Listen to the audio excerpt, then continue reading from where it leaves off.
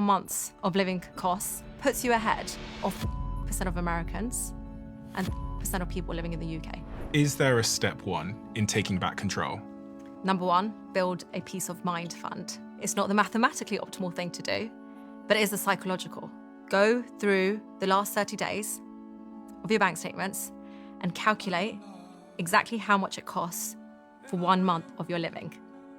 So mortgage, rent, utilities, bills, minimum debt payments, car payments, whatever that total is, that's the amount that you want to save up for your peace of mind fund.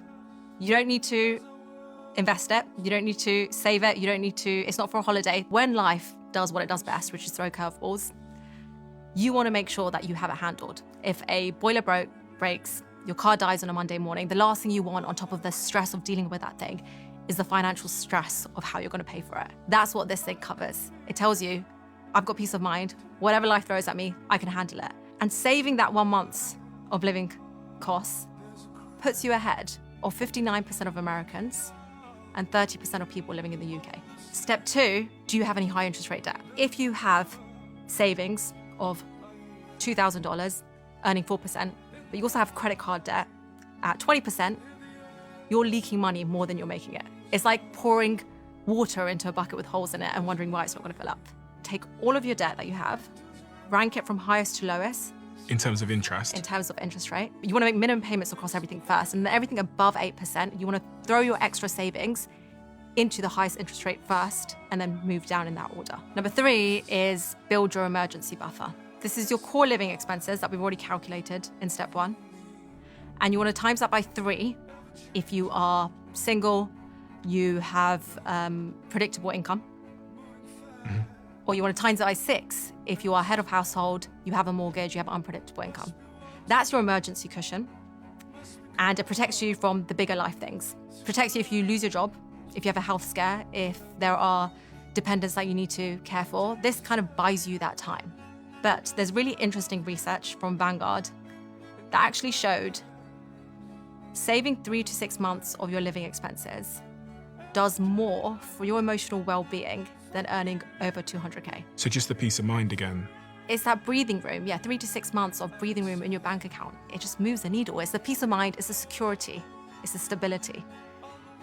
One of the core human needs. And it's interesting because we're kind of looking at making more money and earning more, and we're chasing the next number. And actually the thing that's going to have the biggest impact or move the needle on our financial well-being is having that 3 to 6 months of living expenses saved up. And also that same report showed that having that 3 to 6 months with the people that they surveyed, their productivity at work was better just from knowing that they didn't have that financial stress. Number 4 is investing. The price retirement is going to cost by the time you get there. Saving is just not enough. You have to be investing your money. There are 2 main ways that you can invest. But before I even say that, most people know that they should be investing, but they don't do it. They say, I'll do it tomorrow or next week or next year. And then by the time they do start, they've missed out on the most powerful lever that they had going for them, which is time. That is one of the most important things when it comes to investing. 2 avenues to invest through. The first is done through your employer. So what they do is they invest on behalf of you. In the UK, you're automatically enrolled into it.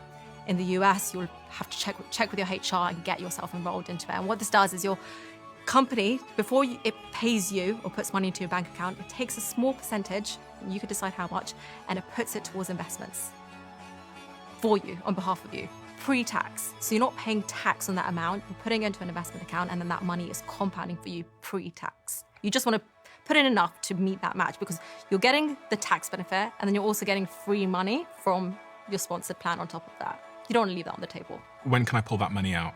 At retirement. So this is for your retirement. You're looking after your future self. It's today's you planting seeds for future you. That's what this is about.